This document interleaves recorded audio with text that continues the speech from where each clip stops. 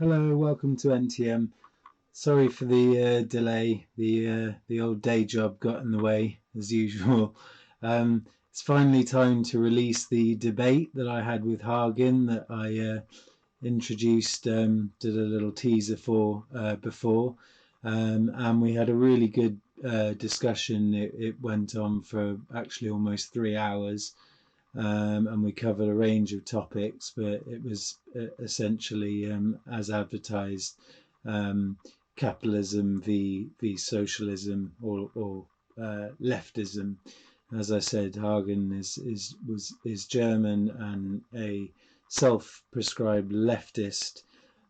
So what I'm going to do is, without further ado, is issue part one. Um, and not do I haven't got round to doing too much fancy editing that I wanted to do. Like I said, day job got in the way. When I move to the States and start doing election coverage and other stuff I want to do, hopefully I can improve on that. So I think the content, however, speaks for itself. So I'm just going to put it out there pretty much unedited, and divide it into three sections. So the first section was basically asking Hagen about his ideal vision of a socialist society and economy and how that would work, and his brand of leftism and how he sees leftism, and my contradictions. I felt quite rude because I felt like I was talking over him on a few occasions, him being very polite. He said that was okay, but I was just sort of being a bit over passionate, but probably a bit rude as well. But nonetheless, it adds to the whole thing. And so here's the first part. Hopefully you enjoy. So yeah, like I said, it's going to cover um, mostly, as I just said, socialism, socialist economy, leftism, his brand of leftism, a bit about him, and then we get a little bit onto intersectionality and related topics, which will be the kind of teaser for the next bit, which I'll release in the next couple of days, depending on seeing what sort of viewing figures I get, and then obviously the final one. So here goes. Hope you enjoy, guys. Introduce yourself and say. Yeah, as most of people would probably be able to hear, I'm German and I'm pretty much your typical lefty college kid, so to speak. But I'm very open to debate, so to speak. Like, I think ideas should always be open to be challenged, and I actually really like the idea of constantly looking for kind of the confrontation between different ideas and seeing what comes out on top. And like even if neither of the two comes out on top, as is the case in many debates, I think it's still valuable to listen to the other side and kind of make your own conclusions. Absolutely, absolutely. I And couldn't yeah, agree. that's the reason why. I couldn't agree more, and that's of course why we're doing this, why I started my channel, because I believe, I mean that basically that is what democracy is, and I think mostly social media bubbles, because a lot of what we're going to be talking about, the especially when it comes to extreme leftism, is actually a very small percentage, an echo chamber on Twitter and places. Just unfortunately, the mainstream media report it. But yes, most people know my story. I'm from the UK. I live in Oxford. Shortly, going to be living in South Carolina, but and I'm an IT professional, and I'm a traditional, what you call a traditional liberal, and what the media and most people would now call a right winger. Um, but I too, like Hagen, just think that talking is vitally important. Obviously, which is why we're doing this today. And without it, it sends bad ideas into the shadows and into darkness, where something, things can't be done about them. So that's one of the purposes of this channel, and hopefully we'll achieve some good things from this chat. Yeah, Um, hopefully. Hopefully, yeah. Did you want to say anything else about yourself, or No, anything I'm good else? to go, I think. Okay. Um, well, what I was gonna ask Hagen first was, as he's been somewhat blue pilled from Yes. from from Some. somewhat. So he's very open. So we've already been chatting, and he, we've agreed on several points, and it's going to be interesting getting further into things.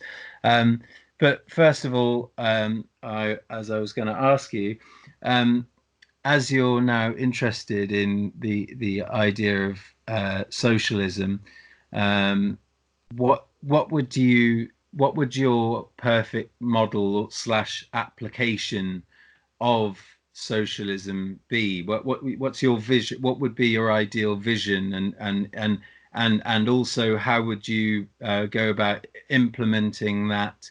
And also, why do you justify, why do you think that would be necessary? All If right, that's so, if that's not too much in one go. Um, well, maybe you could interrupt me in between because I'm not that good at monologuing, but yeah, let's start off with the basics. okay. The idea of socialism is essentially born out of a critique of capitalism. On the far left, we believe that capitalism is a flawed system, like all or most systems are. Socialism as well has a lot of flaws, you could say, no matter which kind of implementation we are talking about.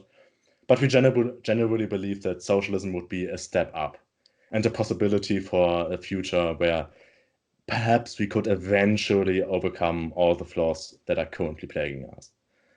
And so let's firstly start with the flaws socialists see in capitalism, like some of them. Of course, there are many that even capitalists would agree with, and of course, a lot that also kind of transition into socialism, so that don't just disappear. At first, there is what basically defines capitalism, in my opinion, and by definition, essentially, which is this kind of class distinction between the working class, so people who produce, people who gain their money by lending their labor value to a person who pays them, and the person who pays them, the capitalist, the employer. And the problem with that kind of class divide is that there's that when you have two different classes, there will inevitably be class conflict because both classes have different interests. The perfect example for that would be wages. It's in the interest of a capitalist to keep the wages as low as possible while still incentivizing his workers. While the interest of the workers is, of course, to have their wages as high as possible to, well, live a good life. So that would kind of be a primal example of where class conflict leads to kind of well, one class eventually has to win out. That's how competition works. When you have competition, one side eventually loses while the other side wins. And in this case, it's kind of programmed into the system that capitalists have the upper hand. Of course, over time, we have come pretty far with capitalism, partially through leftist action to improve it. Nowadays, workers have a pretty decent life, at least in developed countries. But that power imbalance is still there. And There's so, that word power. Sorry, continue. I'll just reference that for later.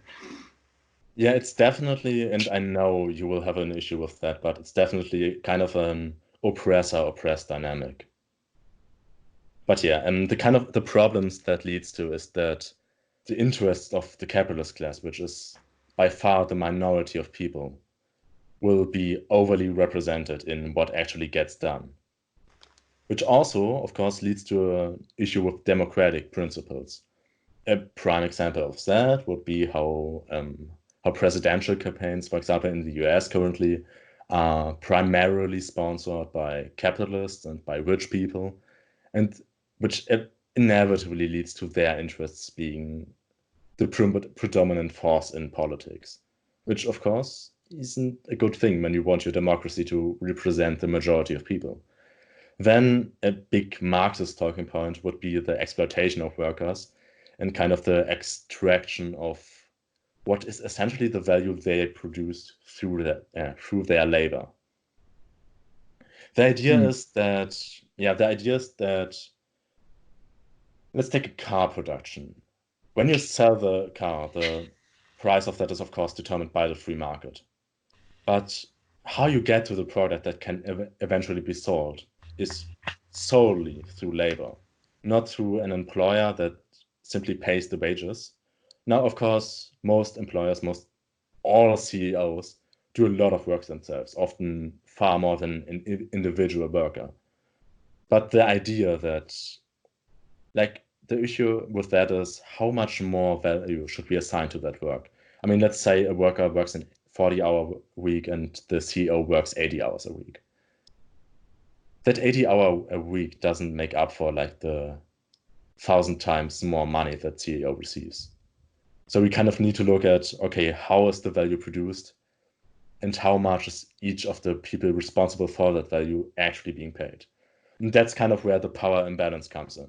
Because as the capitalist is the one who actually pays the workers, he can, of course, decide how much everyone is getting, of course, with some barriers. Like if he pays too low, workers won't work for him. But of course, as every capitalist, every employer has a key interest in paying his workers very low wages, partially, of course, through so that he can compete with other capitalists. There's kind of it just kind of develops a system in which people aren't actually paid what they are actually producing. Okay, I don't want to interrupt your flow, but just real Please quick, interrupt me. I've noticed that the your use of the word capitalist has come up very frequently there, and I would I think that this again. You're right. Your analysis is bang on. You're like I told you in previous chats. You're very switched on, very smart guy, Thank you. because that is that is the very much the Marxist way of looking at things, the bourgeoisie proletariat kind of way of looking at things. But in my opinion, what it fails to recognize is this constant referral to the capitalist, Yeah, so perhaps the I could guy like on top, the rich guy. They never want to know his story, his or her story. They never want to know how they came to be in that position of power or dominance or wealth or however it's seen. Um, it's always just, oh, they're greedy, they're screwing their wages for higher yeah, no, profits to pay their shareholders. I think it's worth And mentioning that I don't believe being a capitalist is immoral in any way. Like we are essentially doing what makes the most sense in the system. And as you said, in most cases, capitalists have worked hard to get into that position. But personally, I don't. bloody hard. Yes, I know. But personally, I don't think that justifies the imbalance that position creates. I I think, agree. I agree. But I think, just sorry to interrupt you again. I think again from strictly a Marxist perspective, I think the idea, so especially espoused by our friend Richard Dr. Richard Wolff, um, who I will is defend to my the death. the idea of democracy in the workplace. I think is just a step too far and an absurdity. Oh, we will Because get into that. yeah, it shows a complete lack of understanding of how a business runs, how it operates. You would just bring a very successful company to its knees within months if you brought democracy into the workplace and paid far less competent staff the same as incredibly competent, hardworking people. You know, there's a reason why there's a hierarchy within any organization, and it's because they have worked and they've made themselves more valuable. So your point to the value of the worker is that a lot of people have have All right, put a lot more effort into increasing their self-worth, their value as an employee. And the second point I'd make okay. is that it always refers to essentially kind of manufacturing. It doesn't really, again, this is Marxism in particular. It doesn't really, and I don't think Marxism is relevant to the modern day and certainly to what's coming, but the modern day tertiary industries based economies that we all have in the West. Because actually, as we all know, industry and things like factory work and stuff, it is really on the decline. I mean, you used an example, cars. I mean, that's one of a few things that are actually still made, and people, work as Why workers would you on the say that this kind of problem, so like the ideas of Marxism only apply to manufacturing? because that Marx was around when during the Industrial Revolution, and Of where course. and a point where at a point where working conditions for people in factories were appalling. They were horrendous. People were exploited. Children were worked to death. Pregnant women were made to work for nothing. They were all shoved into tiny housing that was supplied by there were lots of things that hadn't been introduced, both on a Of legislative course, level, but here's the and issue with that. yeah. What Marx is critiquing isn't like the results and how capitalism manifested in its current time, in his time. What Mm. Marx critiques is the power dynamic that led to that manifestation. So as long as that power dynamic exists, and as long as you describe a certain validity to Marxism, it must necessarily also apply to modern days, because we are still living under capitalism, a society which is structured in two classes.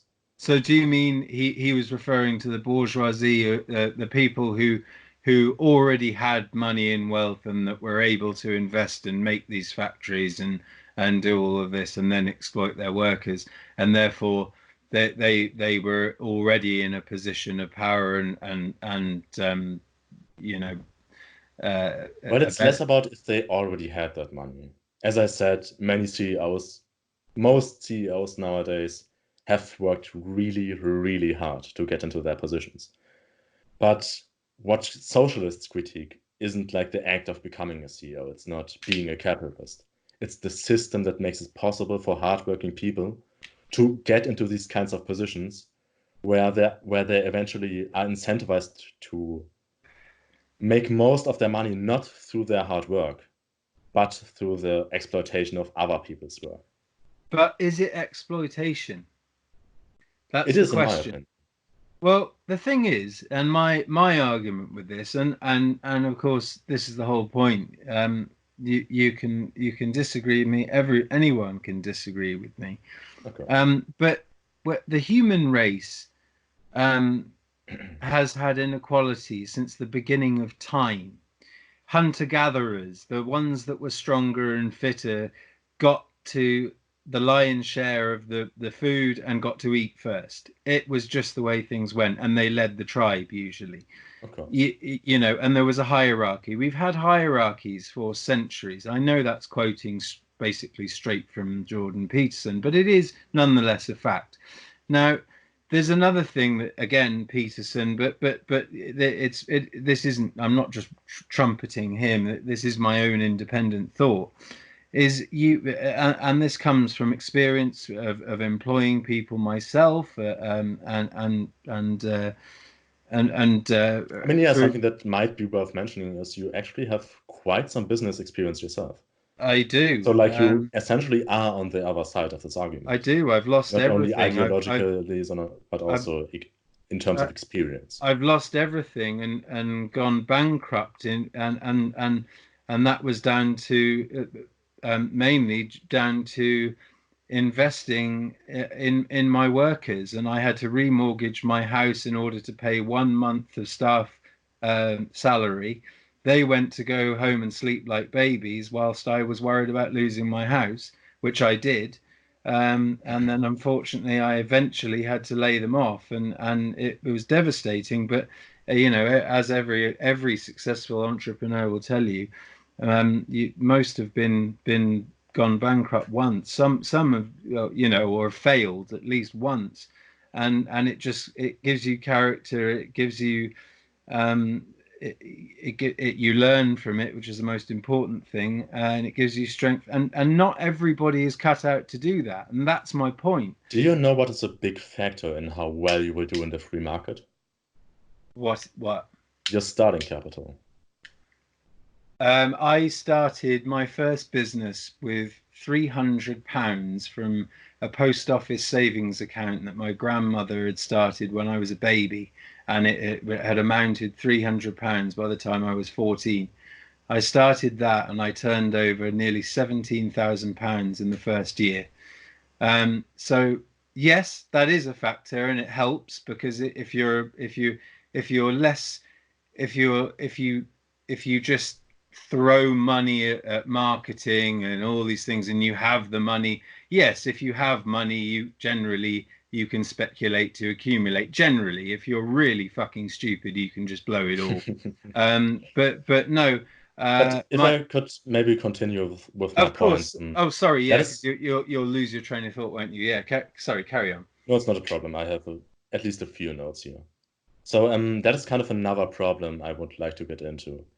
That no matter what problems we attribute to capitalism in top of all of them has this kind of snowball effect, where those who have capital, no matter through which means they acquired it, are able to create more capital thanks to that. Yes, it's awesome. Yeah.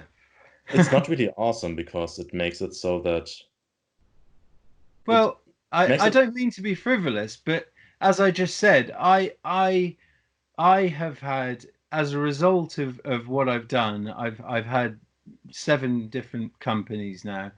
As a result of stress, I mean, I'm 36, but I my health is not good.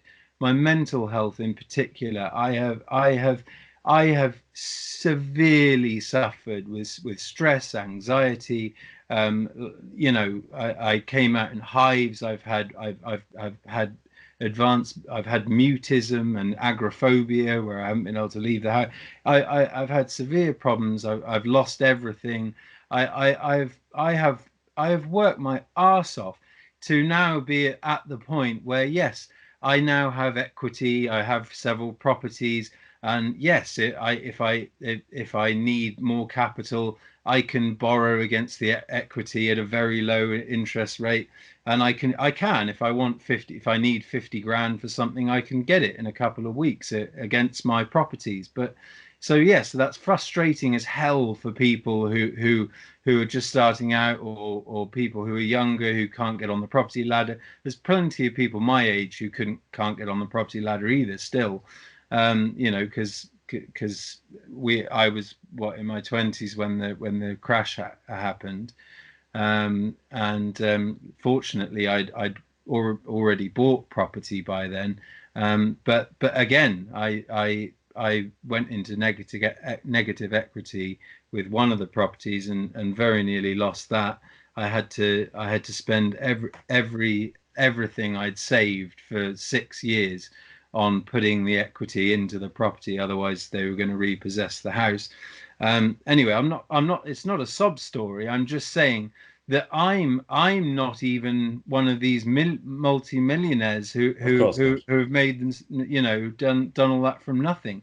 So I can't even imagine. And the hours that I work are unreal. So having the security of a job that, by the way, you've agreed to do and work for a certain amount of money. It's not like somebody has said, right, come here. You're going to come here and you're going to sit Well, on what an is your assembly choice? line and we're going to pay you this much. It's not going to be negotiated, and we're going to fucking force you to do it. No, you voluntarily signed a contract and gone and done that, and you can quit anytime you want. Well, You here's can the thing about that. you can also train and It's better yourself. voluntary on paper, but in praxis, the power imbalance that clearly exists creates kind of it makes it far less voluntary. Because, But well, again, again, sorry to if cut you, you. Sorry yeah, to cut sure. you. I won't keep doing this, but this is really important point. And again, I don't want to make it about myself, but unfortunately, it's the most valid way of making the point.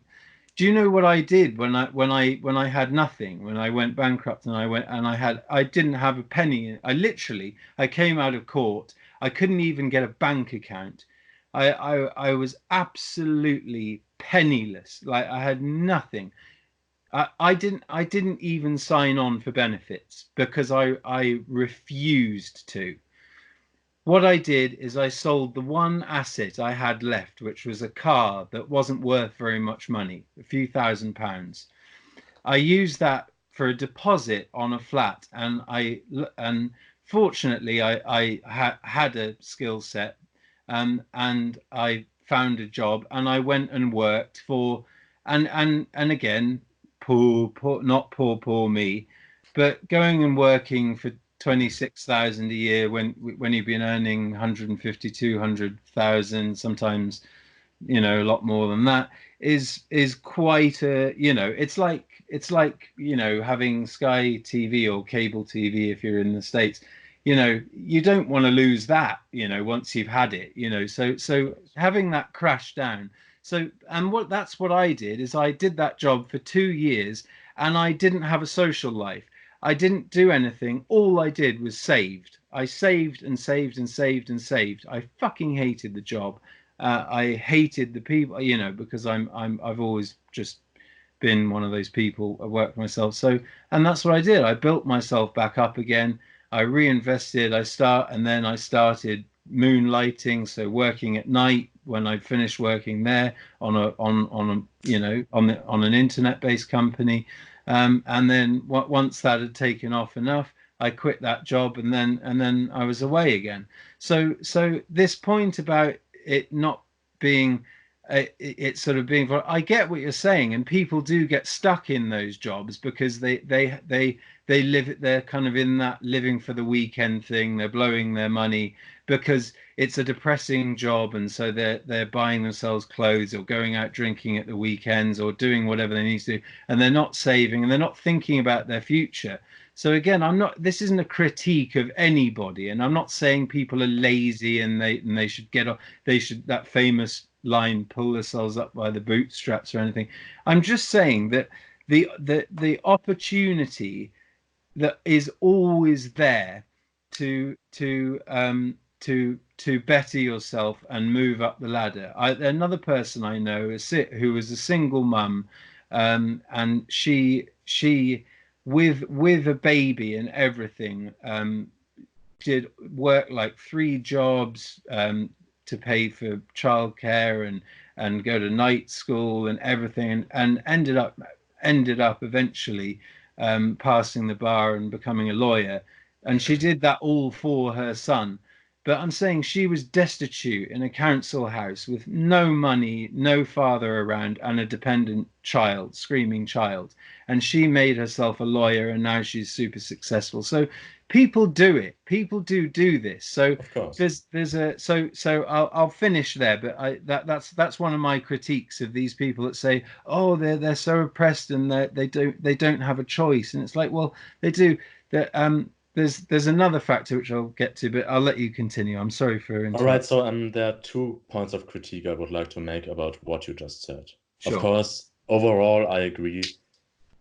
Most people if they work hard enough and are willing to go through the suffering, they can go really far in life. But two problems. Firstly, if there's such a high barrier to entry, isn't that kind of a problem in a system based around healthy competition? What do you mean by high barrier to entry? I mean, I know what it means, but what are you referring to Well, exactly? all of what you just said, the things you had to go through, the things that woman you mentioned had to go through, Yeah. that's not something a lot of people would be able to endure. And so doesn't that kind of go against the idea of a free market in which everyone is able to put their ideas out there and compete?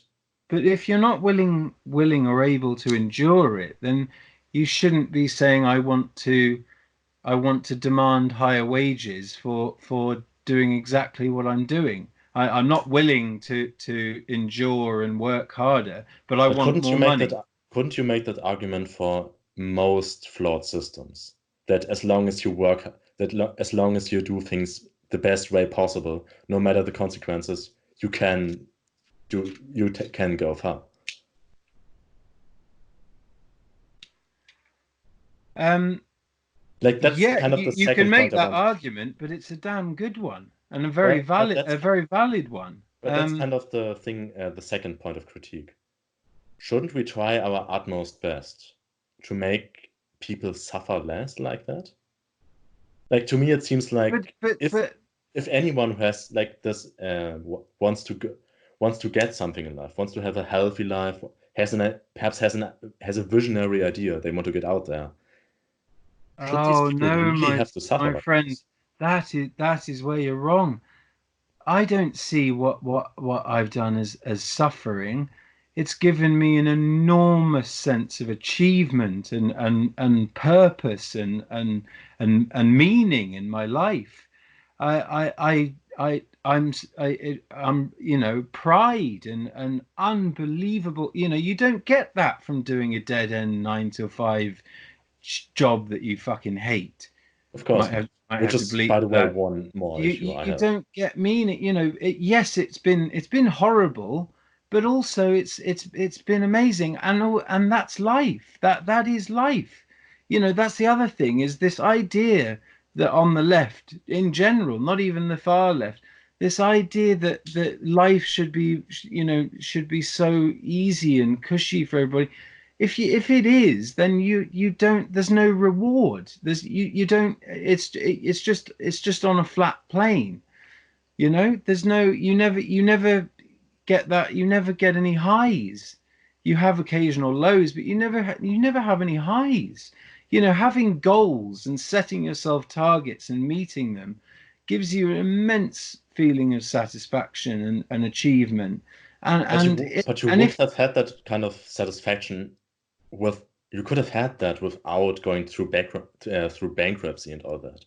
No, well, mine's an extreme case, but I'm saying that nonetheless you can still set yourself smaller goals and achieve them and increase your worth in the workplace if you're not it being working for yourself and running your own business is not for everybody. And again, that's another point I'll make. Thank God there are people like me and others, because otherwise there'd be no jobs out there.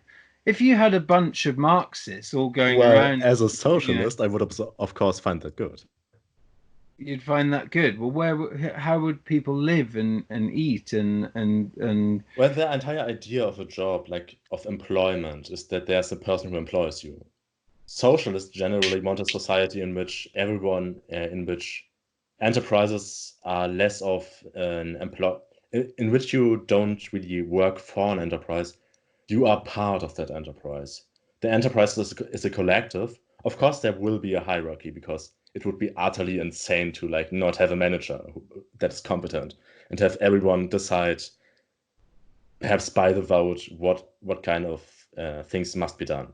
so Like this is another. Sorry could to be keep. incredibly inefficient and all that. But anyways, let's perhaps finish the last points of. Actually, I think Should I continue naming a Yeah, few yeah, more continue. flaws of Sorry, capitalism, or should we kept get to it? kept cutting you. No, no, just wrap that up and then wrap that up, and yeah, we'll move on. I'll stop cutting you. So No I'm problem. sure my yeah, I'm I sure mean, it'll this come. entire thing is supposed to be a free flow discussion, so interrupt whenever you want, if you have something good to say, which you Cool. have, usually. Thank you. So another problem that you have actually mentioned is the idea of alienation. That is also a Marxist talking point. It's the idea that if you are just selling your labor to someone else, you will inevitably be disenfranchised and alienated from your own work, which is something you see in a lot of people nowadays that work in normal jobs. Oh So this yeah, idea that your labor is just a means to an end, a means to to make your actual life possible, which I personally see as a massive issue. I think. it is. It's huge and it's horrible. And me personally, as an employer, I've never done that. I've always made my employers feel part of the company, want it to succeed, and I've never wanted. And I've just said, if you're not happy, like tell me, and if you want to leave, leave. If there's a difference of opinion. But So, is there so really I a couldn't agree more with that. And of course, there are flaws with capitalism. I'm just saying that. Yeah. Sorry, you go on. I made my yeah? point. Do you think that kind of attitude is possible in larger enterprises? Yes, I do. Because the free market dictates everything. And free market trends dictate. So if say one or two large massive employers, let's say Amazon and Walmart, Mm. did raise their wages significantly. And actually, there was news recently. I can't remember, in the States. There was a big chain that's announcing a 4-day work week. You know, but anyway, if a few did that, the rest would follow, because in order to stay relevant in terms of your marketing and staying you have to stay relevant. Otherwise that's what all Yeah, of large course. enterprises have a marketing budget. They have to be relevant, they have to be part of the zeitgeist, they have to be in with the that's why they're all obsessed But with the sort of competition that dictates trends is actually not that good for workers, because even if you are like that kind of a kind of well-meaning employer, you can't just you can't just raise your wages like that. You have to compete with other capitalists who maybe will be more ruthless than you. believe me, you believe me, you can. Because this is another thing that I think a lot of Marxists and lefties don't understand about business is if you employ you if you spend if you spend more money from the company pot, should we say, Yeah. on your employees, your corporation tax bill is much lower. And also well, there's a lot of reasons why paying your staff more actually would benefit you. The reason why a lot of Then the the question I would ask is why so many companies, especially in lower tier, but especially when it comes to lower tier jobs, aren't doing that. I mean, if you um look at Amazon, for I'll tell example. you exactly why. Because in a lot of cases they're outsourcing a lot of, say, their warehouse and lower type things to other companies who do, in order to get the big contract with, say, Amazon, who that to compete. They do, and they do treat their workers unfair. And of course, that Yeah, right, they're but why are those companies doing that if it's not beneficial? It is beneficial if you're if it depends at what stage you're at. So if your company has large debts, it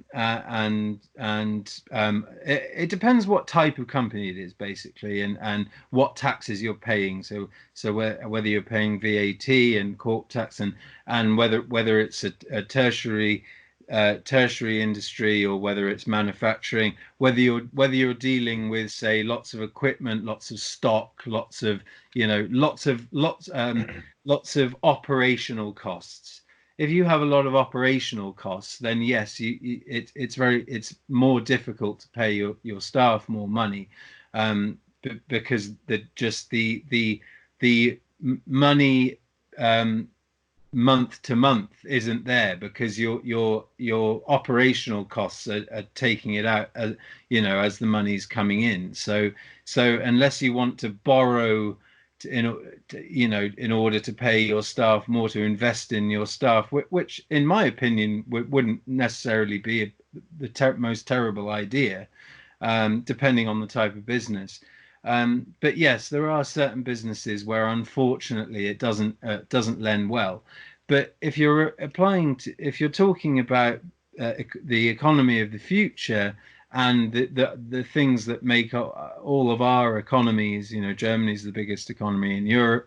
All of our economies, the biggest, the tertiary industries. So banking, IT, and pharmaceuticals. They don't have huge operational costs. They don't have there's not in the same way as, say, manufacturing, which requires huge amounts of energy, for example. Okay, we got cut off briefly there. So we were just talking about tertiary industries and operational costs and taxes and stuff. Yeah, Hagen, if you want to pitch in there. Yeah, so personally, if there's incentive for employees to pay their workers more, then of course I appreciate that. But for me, that doesn't really alleviate the main overarching issue.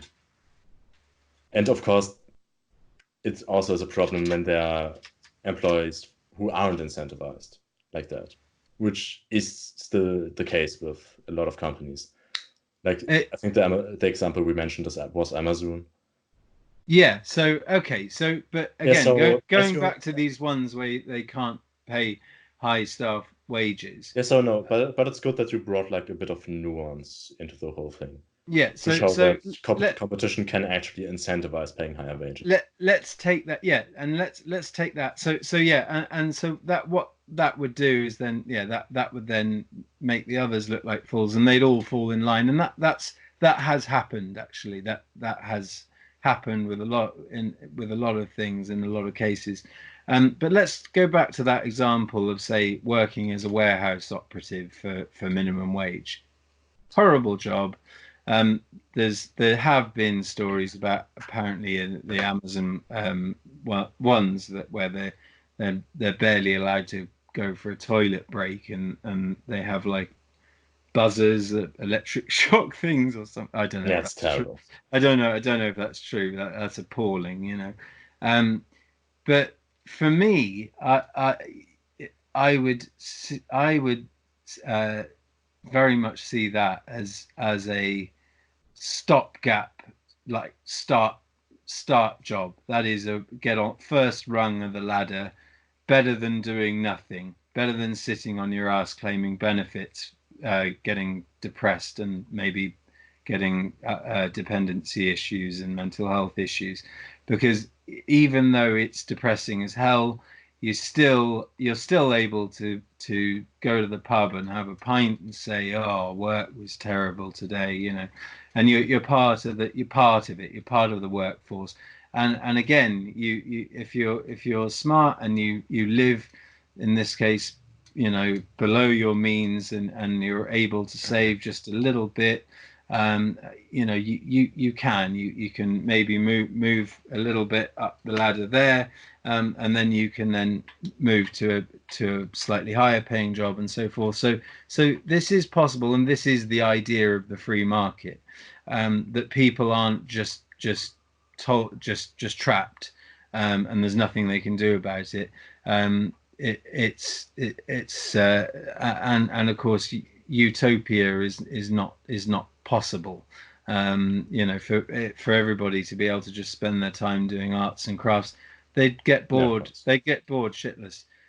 Because one of my companies before, when I made a lot of money, I went on a hiatus and I did nothing for almost a year, and I was so bored. I hated it. I hated doing nothing, Yeah, and I wasn't definitely. doing Doing nothing. nothing I is was traveling. I awful. went to Thailand. I went all over the place. I was traveling, but do you know what? I hated it. I hated lying on the beach or Yeah, doing, definitely, I because hated it.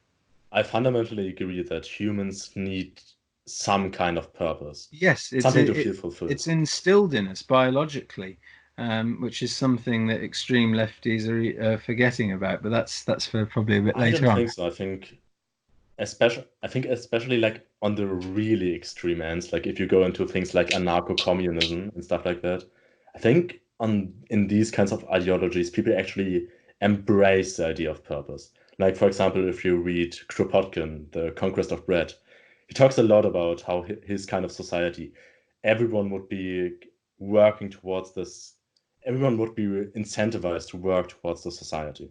But I'm not a communist, so yet. So I won't get into that. Will advocate for like basic market socialism. No, I'd like to have that conversation with somebody or you or somebody another and at another point.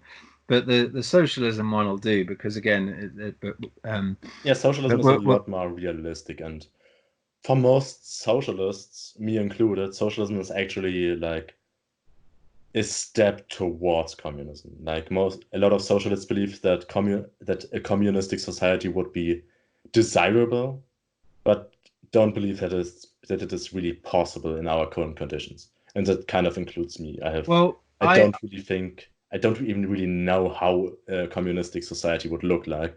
And so I would never like make assumptions about how we should get there, and it's rather jump. advocate for the next possible step that I believe would be an improvement. Yeah, it's jumping the gun a bit, but I have one motto, and of course we both live in fairly democratic socialist countries. We both have socialized medicine, don't we? We both have a strong welfare state. We both we Yeah, you know we that's kind of interesting actually, because the definitions there are kind of vague. Because like if you look at people like Bernie Sanders in the USA, I mm, believe I mentioned that in a comment under one of your videos. His idea of socialism is actually what we in Europe already have for the most part. So, oh but no, then he again, he wants to go a lot further. You can see it in his eyes. He's just saying he's just saying I'm not a crazy Marxist. I promise. I yes, only I want. actually do believe that Bernie Sanders is definitely a leftist, and kind of, Oh, sorry, I was thinking of Richard Wolff. oh no.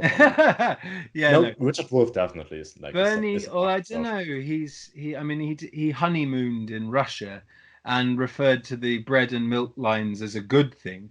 And I've seen a video of a girl who actually had to queue up in those bread and milk lines, and it was humiliating and horrible. And she said it was the worst, most depressing thing because you had not, it's like, please, sir, can I have some more? It's just, and it was just awful. And sorry, so my motto is socialism, communism is basically centralized government controlling means of production, money, divvying out money, redistributing money, and etc. In very layman's terms. Yeah, we Um, can and the maybe and the get into problem the why those problem kinds with of that government. the problem with that though, just briefly, is bureaucracies, governments, they are terrible at organizing anything, and they waste money on a scale that is unimaginable. Like if government was a business in any country, it would be flat out. Well, they are bust. They're all in like the America's in trillions of dollars of debt. Well, that's the case They are nowadays. But bust. They are all if bust. you look at certain authoritarian governments in history, like be it leftist or even right-wing authoritarian governments, they actually weren't that inefficient. Like this idea that government is always inefficient is actually a quite modern phenomenon. Like, for example, I don't like praising the Soviet Union because I really don't identify with its values. And there was a lot of crazy shit going on in that regime. But you have to appreciate that they basically were able to improve to raise Russia up to a superpower within a few decades. Yes. Like Do you know Russia how was they the least developed country in Europe before do, state socialism came do you around. know how they did that though? I know that they took a lot of like what was They the they they took a lot of capitalism. what They the peasants produced. they reindustrialized their key economies. So at the time were farming and I can't remember. They used the word reindustrialized because they couldn't bear to say privatized, but they reindustrialized. And the other thing was that is never mentioned. This Wolf guy, that was one of, and I'm going to do a rebuttal to this thing because that Oh, I annoys me. have so. He says it was an unmitigated success, and to say anything but is so over the top. Because no, what made them a nuclear superpower and all the rest of it was huge oil reserves that they learned suddenly how to tap into. Um, and rather than when they discovered this massive source of wealth, rather than redistributing it as communists to all the horribly poor, starving, there was a famine going on, the horribly poor people, the people in worker concentration camps, all this stuff. They didn't do anything for their people. They spent it on on a nuclear arms race, on an army, and lining their own back pockets.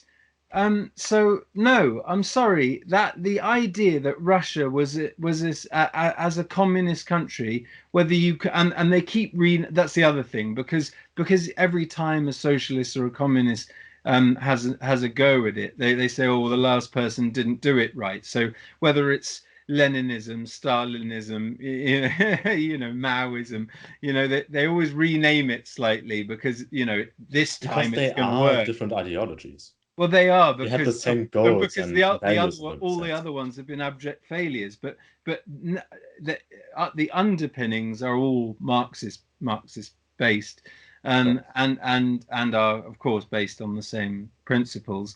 And so yes, they rebrand it and say this time it's going to work, and it always bloody fails. Um, Anyway, sorry. Where were we? Where were you, rather? Yeah, I think I would like to close the chapter on why I personally think capitalism isn't an optimal system and move on to my kind of socialism, or, well, in a Yeah, way, yeah, Richard Wolff's, or just generally libertarian socialism. So a version of socialism that doesn't put the state above everything, yeah. and kind of talk about what I think we should do and, yes, what that would bring us. I'd love to hear that. Cool. Yes, Go. so for me, and I think for everyone, for every socialist basically, socialism has the goal of kind of removing those class dynamics that define capitalism. What we want is only have one class that is responsible for themselves. And how we would do that is not by giving the government power, by letting them organize us and basically just replacing capitalists with a new government elite. What we should do, in my opinion, is make the workers themselves take ownership of their enterprises and kind of give the power capitalists have right now to them, so that they can democratically organize their workspaces. And that, as you are probably able to hear, that's pretty much exactly what Richard Wolff's goal is. Hmm. So I would kind of like to hear what your problem with the idea of bringing democracy to workspaces is, assuming that you could. One word: competency. You can't. It just wouldn't work.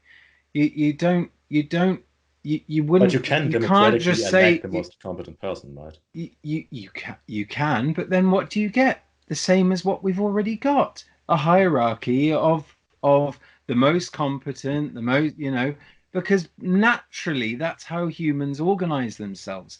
And that's the whole point. You cannot say to a bunch of people, so Would you say that our let's current take the political unskilled system? laborer and say, right, you are now free to organize, and they go, huh, what?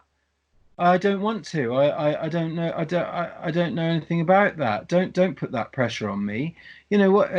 It's making this presumption also that people want it. Do you know what? As a teenager, again to fund my business as it was growing, whilst I was still at school, I used to do night shifts in a plastics factory, and there were people there that, and again, I'm not being uh, what's the word?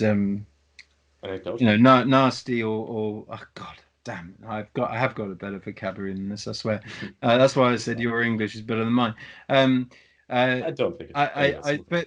but they were low IQ, okay, and they were happy as thieves. They really were. There was a guy. There were plenty of people that just went around there whistling, loving it, and they spent every day talking about the piss up, as we say in the UK. The weekend of getting drunk that they'd had the last weekend, and then the following week they'd do the same thing, talking about how drunk they were, which pubs they went to, who said what. And it was so repetitive and so depressing for someone. Again, I don't want to sound smug or self, No, I but yes, know what you someone mean. of a higher IQ, that just was like mind numbing to me. I couldn't take it. It destroyed me. It depressed me to the level of well, I left on a Wednesday lunchtime and told them to fuck off because because somebody came over and told me I was on a production line, and I'd found they told some way of so you assembled these things and then they went into like a hot oven thing to be whatever. I'd found my own little unique way of doing it slightly differently and more efficiently, in my opinion. And actually, it was quicker just on the sheer things, because this was the whole thing. I got into an argument with him, and I said, right, time it. It's faster. But he just repeatedly said, "But that's not how we do it. That's not the way." But I said, "But if it's better, why not Yeah. why not commend me for having the initiative to think of something that's more efficient and improves the overall production? Why not But why not pat me on the back as a line manager that you are, and say good job, rather than repeatedly saying, no, you're doing it wrong. And it made me so angry. I said, oh, you fuck off, you moron, I'm out of here. And I left.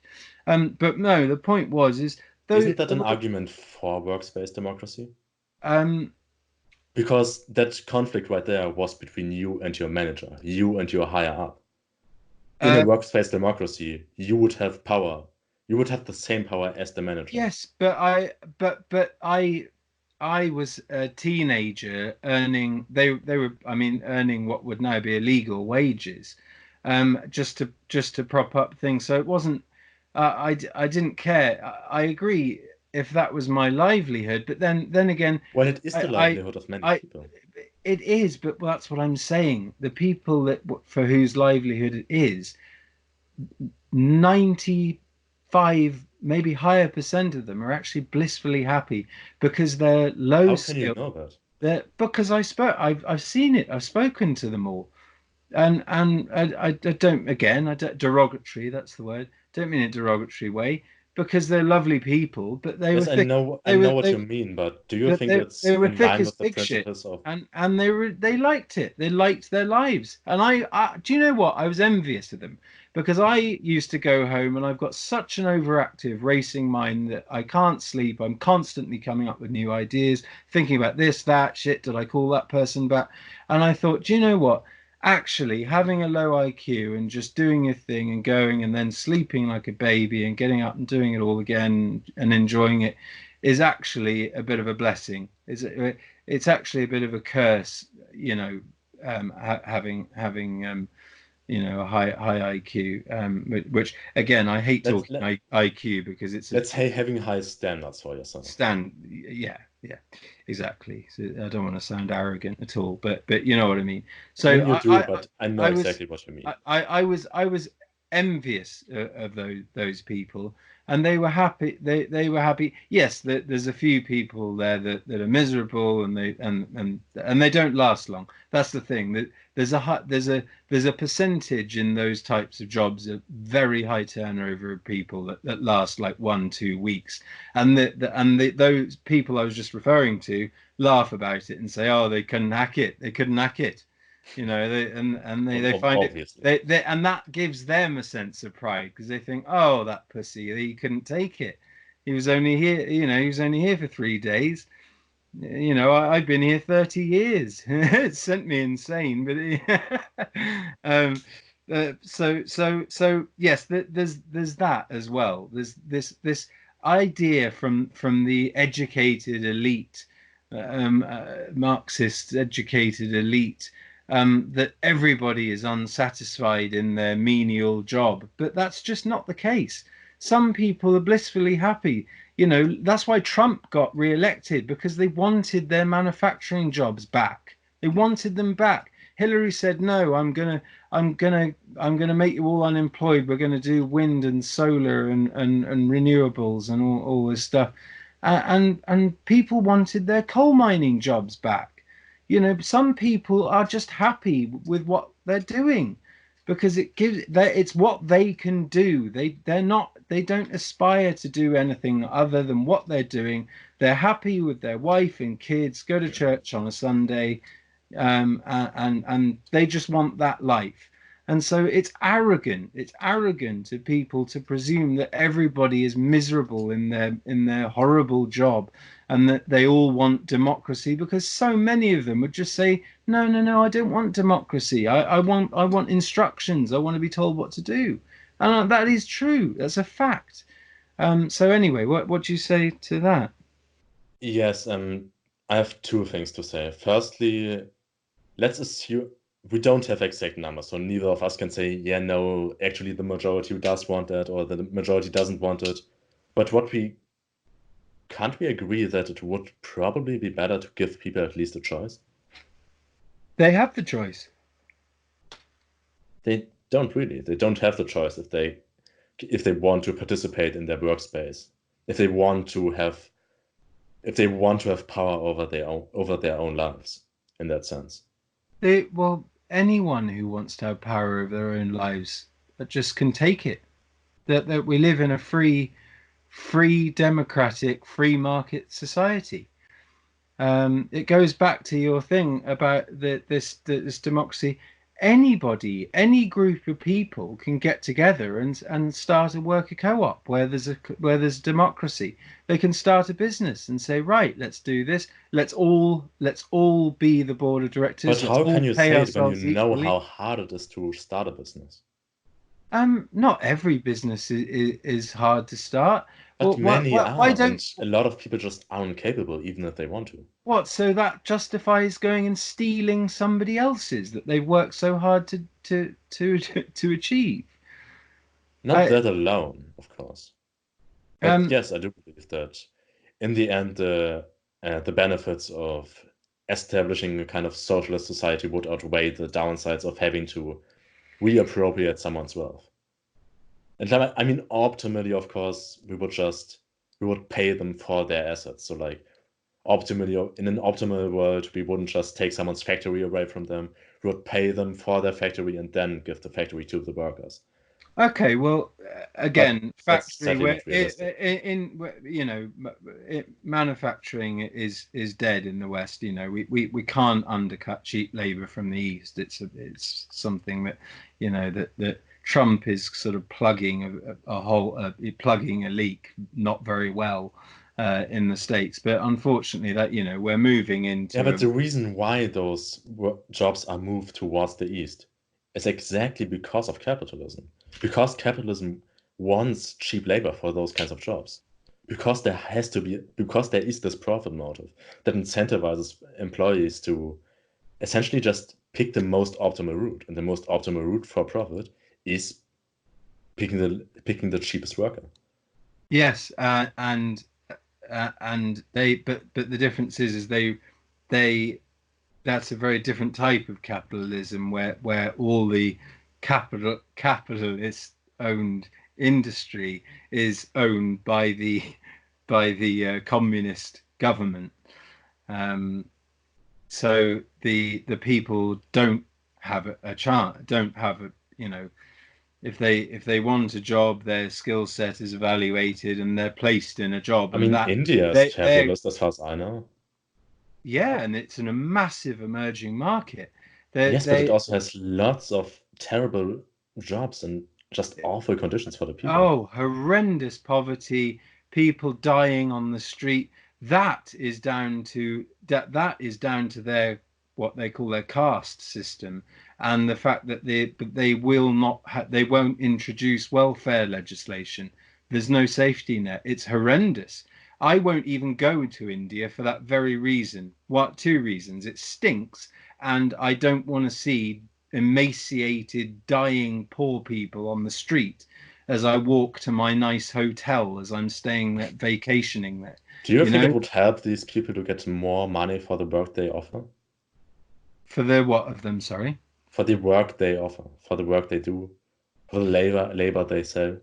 Um, a- absolutely, absolutely. But they all they have to all they have to do then is the thing is you're right, but if they raise wages and therefore increase prices, then it would actually raise wages for everyone in the global economy. Because then if you had parity on prices, then we'd all be competitive again, and then we'd bring industry and manufacturing back to the West, and everybody would be paid more. People, then there would still be that competition over who's being paid slightly less, but generally if they raise their wages, they wouldn't be able to sell us a load of cheap Chinese crap and clothing from India and Singapore and they wouldn't be able to do that. So they'd have to have price parity with stuff that's produced in the West, and therefore they would raise wages for everybody. It's actually them that's screwing us. This is the whole point, and this is why Trump, for all his faults on China, and he has been consistent on this point for the last 30 years. You can watch interviews going back 30 years. He has said China is screwing us, and he means that, but in every sense of the word. They're I mean, stealing yeah, intellectual property, I mean, as and of much as I hate the guy, he is obviously right on that one. and of course, by cheap labor and selling us a load of cheap Chinese goods, and sending all our manufacturing over there, he's But it's screwing not us. China who's, but it's not It, China who's doing that. It's it is. China It who is is. giving our corporations the opportunity to go there. It's not just our corporations. What about Huawei and Samsung? All these things. Those smartphones are amazing, and they're half the price of an Apple iPhone. And Even it's terrible. even even though that's Apple iPhones are produced in Shenzhen in the same bloody place. So how can you critique that? I mean, Apple are the most appalling company for exploiting workers because they're charging 1,100-1,200 quid. Yeah, it's certainly $1,200 for the latest iPhone. And then there's a Samsung Galaxy or an HTC or something that is just as good, if not better. That's half the price or less, from a Chinese manufacturer. So they're all working in Shenzhen. They're all doing the same thing. They're all on assembly line making smartphones, and they've got suicide nets on the side of the buildings. But you've got Apple charging twice as much, just profiting much more from their products than the Chinese products. So what say you about that? I say we have just two more examples of corporations that treat their workers like trash because they are incentivized by the free market to do so. I Yeah, would say both are problems, and yeah, absolutely. But this is the whole thing. I don't know if you saw the famous, now infamous, Ricky Gervais at the Golden Globes thing, and he made a joke about how they all work for Apple and Disney, and the guy from Tim, whatever his name is, from Apple was there, and they're just launching their new streaming service, blah blah blah blah. And he was saying how unbelievably hypocritical they are for telling people that they should worry about climate change whilst flying on private jets, and then all these other things, and then whilst at the same time working for companies that exploit people massively. And yeah, Apple is one of the worst for that. Totally. So anyway, that's a good point. Is they the celebrities and all these people who have influence, the media, they should be shaming Apple for them, but for that, but they're not. They're silencing it. Again, there's a theme to my thing is, as my channel's called New Truth Media and Beyond, because what's going to come beyond this horrible media that cherry picks what Yeah, it all right. We thinks can get we into can. the media thing a bit later. Yeah, Right. okay, sorry. But yeah, that's the thing, is these activists could do something about it, and they could, but instead they're boycotting places that conservatives go to, or where people have you know uh, uh, donated to Trump's campaign re-election So, like, thing. your entire point is that liberals are essentially, instead of actually trying to cause change that sits in line with their ideas, they are basically trying to appeal more to, well, Absolutely. And that it's applies to basically more for the every visuals single rather thing than that for they're the actual doing. change. That applies to every single thing that they're doing. And I mean, and yeah, personally, I completely agree. I'm not a fan of liberals in general. Well, I'm talking. Yeah. Anyway, we'll move on to another really good example of how they're doing the direct opposite of what they're trying to Well, achieve. maybe we could But first let finish you the wrap it topic up, and and then then get because into the it's entire. it's the next topic. Yeah. All right. You finished. All right, so maybe as a slight sum up of my idea of socialism, basically bring democracy in to the workplaces.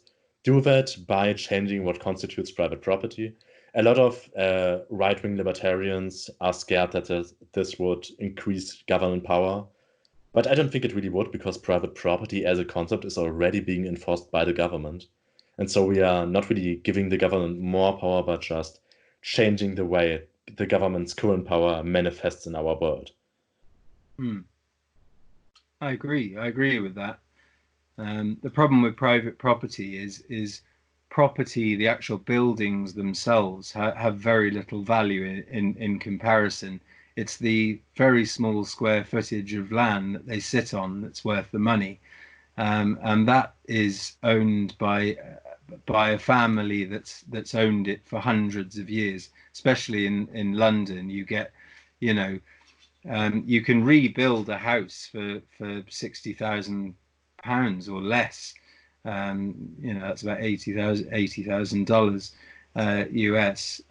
But that house in London, where it sat, before it, say, if it burnt to the ground, it's worth 1.5 million or 2 million pounds. Yeah. $2.5 million, and it's just the tiny bit of land that it's sitting on that's actually the value. And so I couldn't agree more with you in terms of the property thing, because one of the things I've really, although it's been a benefit, I really struggle with it is property, I think a lot could and should be done to property rights, and it should be a right. I think everybody should not have to worry about the roof over their head. Well, that's And actually a great thing to hear from you.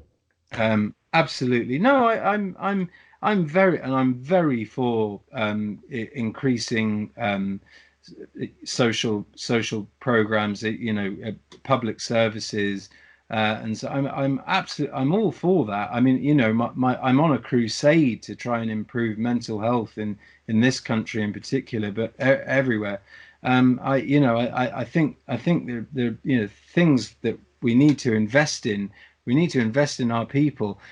I think mental health is one of the key ones because a lot of people don't even know that they have mental health issues, and that is what's causing them to be less productive and maybe not even want to work, and then maybe resort to socialism.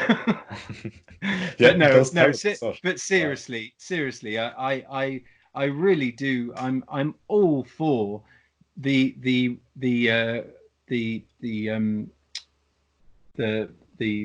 oh God, what's wrong with me? I keep forgetting words. Um, you Okay. know, the proceeds of capitalism in general. I'm all for that going towards good public services that improve people's lives across the board. I don't agree with picking out different groups and saying this group needs it. I just think everything generally should be improved for everybody. So if you're going to Well, provide something, everything should be improved. yeah, Um, that's sort of the liberal approach. Maybe I could just get into like what a socialist would now say is that we shouldn't reappropriate wealth. We should try to create a system in which the wealth doesn't need to be reappropriated in the first place. that I would agree with. Um, I would agree with, but the So your only main disagreement is that you don't think socialism would be a good system to do that. I agree with using the word system as in as if these things are just like interchangeable things that you can do. When you have an established, and I'm not going to use the word system, I'm going to use the word economy. When you have an established economy, you can't just go upheaving it with an ideology. And no, it's not like somebody sat down one day and said, I've got this idea, capitalism. Let's implement this system and see if it works. No, it was a gradual evolution Of over course. periods of realizing that certain things don't work, that you have peasants who can't be helped, in medieval times, and it's evolution has got us to the point of where we are, of free markets and things. So Well, a similar I think progress, i process i at think least. that's why I think looking at Marxism and anything that applies similar principles is a retrograde step. It's a backward step. In But what way? in the sense that it would ruin and destroy, as it does, the wealth that's been accrued, and then correct me if I'm wrong here, have no alternative way of accumulating the wealth that can be um, uh, distributed and used in the way that you expressed. Well, I just told you the alternative way, which is market socialism, or any other kind of socialism for that matter. But no, but okay, so explain in more detail how that would work and how it differs from essentially what a free market is. Well, it still has a free market, that's the thing. What changes is who owns the property and who and how people engage in that free market. But don't you get that if you started that system from scratch, wiped everything out, started that system from scratch, as you say it, we would end up with exactly what we've got now.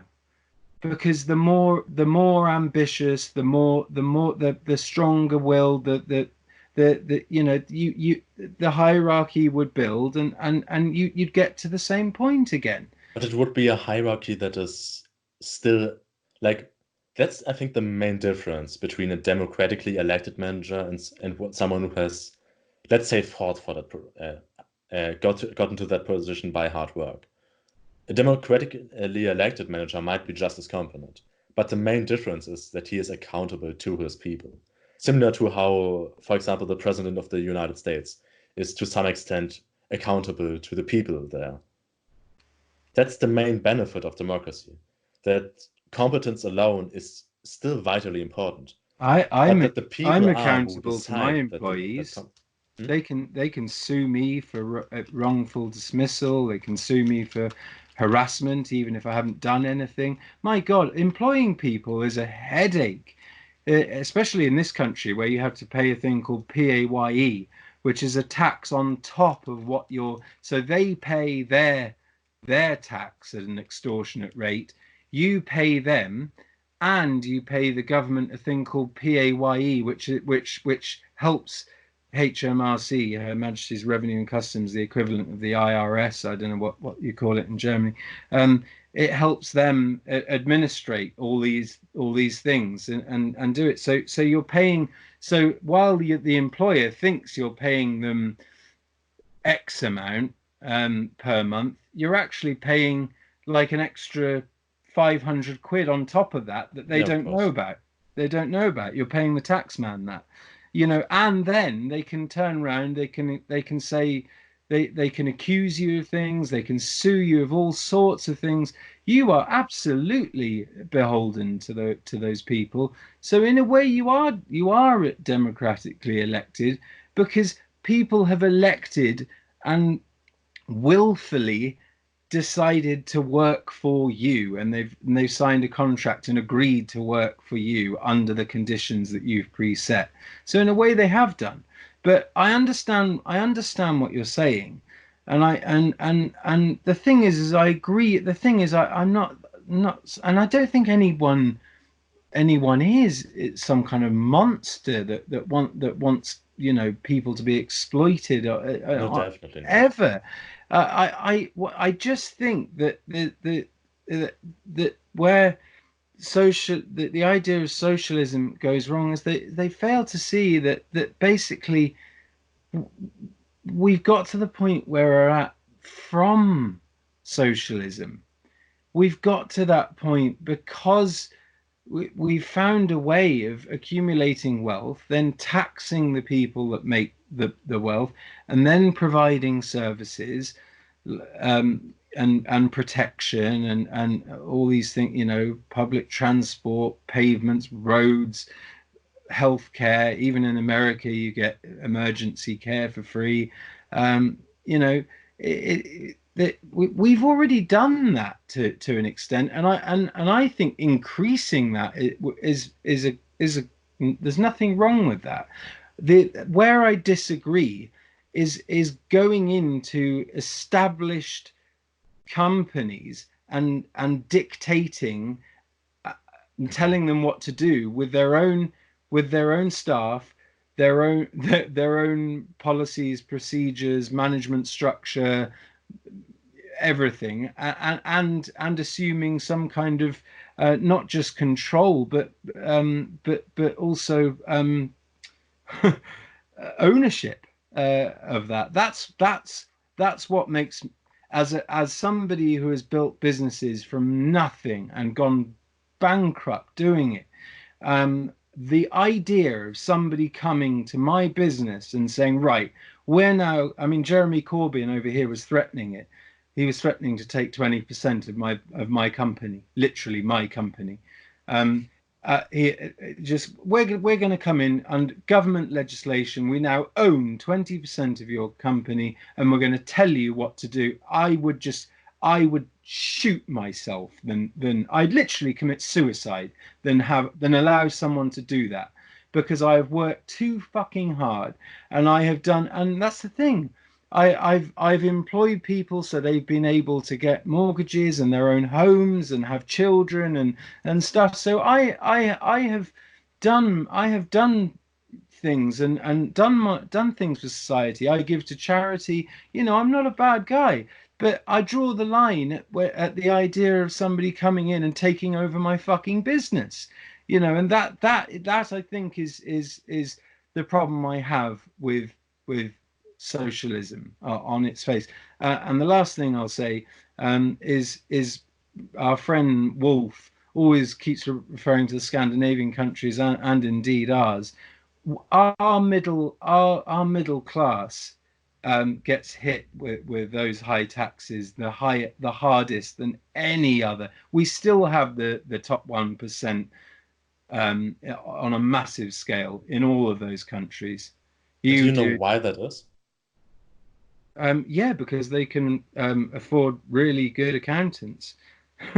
Yeah, exactly, because their capital gives them power over society.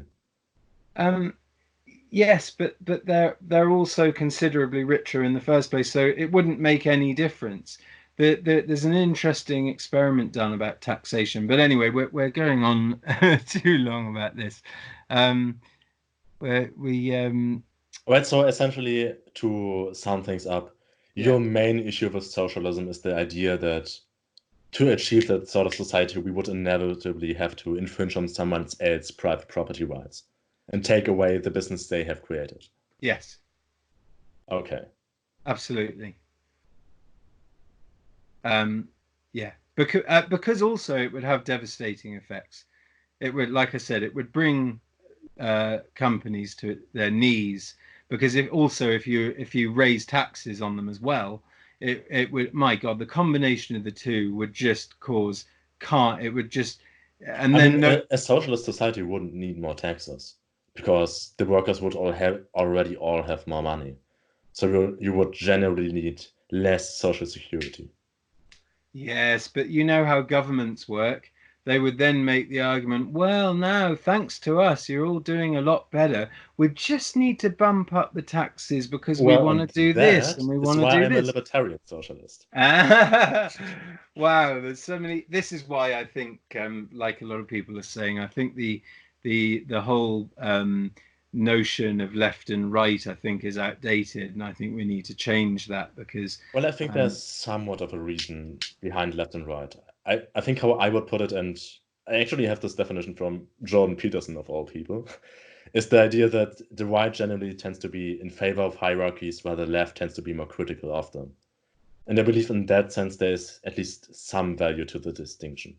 But of course, then you have like, I think didn't he say they tend to be more organized, more about organization and well, of course, organizing because and hierarchies preserving, and hierarchies and definitely have organizational value. Like and that's lefties tend to be more undeniable. creative and entrepreneurial, and there's that I analogy think of, that goes more like into the underlying psychology of why people ascribe to certain ideologies. What hmm, I was talking about was more like what those ideologies mean. So what it yeah, means to be right wing and what it means to be left wing. yeah, But yeah, I agree that overall, like, especially when we look at the left is so incredibly divided nowadays. You have everything from like hardcore anarchists to complete Stalinists to liberals to whatever.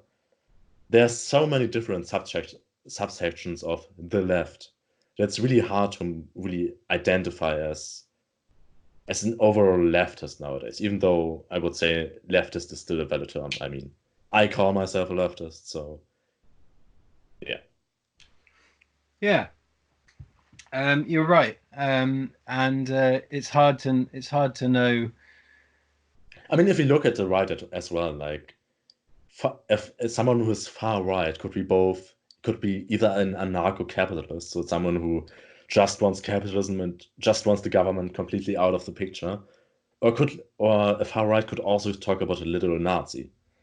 So Yeah. even in the far right, there's such a huge spectrum of ideologies. Like, I mean, monarchists would be far right as well, I suppose. And then Well, there's yeah, again this huge authoritarian. difference. I mean, yes, they don't. They're undemocratic, yeah, monarchists are, aren't they? I mean, monarchists still exist. I actually had some arguments with some of them at some point. It was fun. You still have the German royal family, don't you? No, not. No, I don't think not we do. not anymore. No, no, not anymore. Um, I mean, but if we do, yes, then it's like definitely not a public thing. what's it in Germany? It's called high. Um, I forget the German word for it, but there's high German and for the sort of upper class German. And so I was telling you about my friend I had as a kid who lived in Herdecker, and his parents at the time. This was when Lady Diana Spencer was still alive.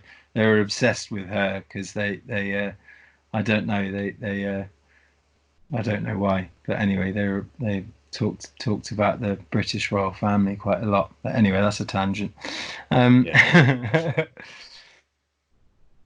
So I think the topic of socialism, we have kind of expressed our different ideas on the subject and came to some agreements, some disagreements. Yeah, I think it was a good chat. So yeah, the next one was trans. Well, what what it was is but we can break it down. Um, but I know well it wasn't actually, but it was actually in intersectionality Actually, and kind of do we perhaps want to split this into two parts so that we like call quits here and make another recording after that, oh definitely, immediately and afterwards? I think even when we upload this, I'll it'll even be in several parts. Oh, all right. But I think you and I got a good flow. We could almost make this like a podcast. I mean, I'm having fun.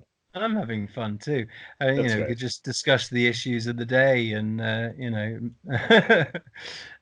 anyway, yeah. So what do you want to do then? Do you want to do one more topic, and then we'll come back to a couple or two couple. It's up to you. If you if you want to go, if No, you've we'll got things just to do. stop the recording now and then start another recording immediately afterwards, so that we kind of so that it's easier for you to divide things personally. Oh, okay, cool. Yeah, and I can cut this. Exactly. All right, mate. In a bit.